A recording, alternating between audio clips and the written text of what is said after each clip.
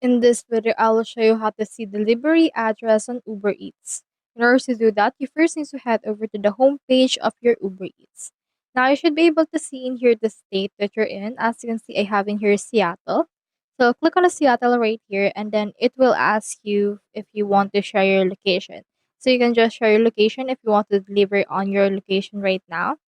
Or you can also add in here a save address. So click on this pencil icon, and then after that, just input which is your building.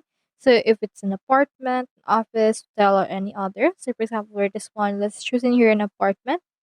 Now just choose in here the building type as well as the apartment unit or floor. It's this one is actually required because the delivery man will actually go to your unit. Then just choose in here the building name, enter the entry code, and you can also put in here some drop-off options. So you can save that and it will be your delivery address. So that's all there is today, and I hope this video helped you out.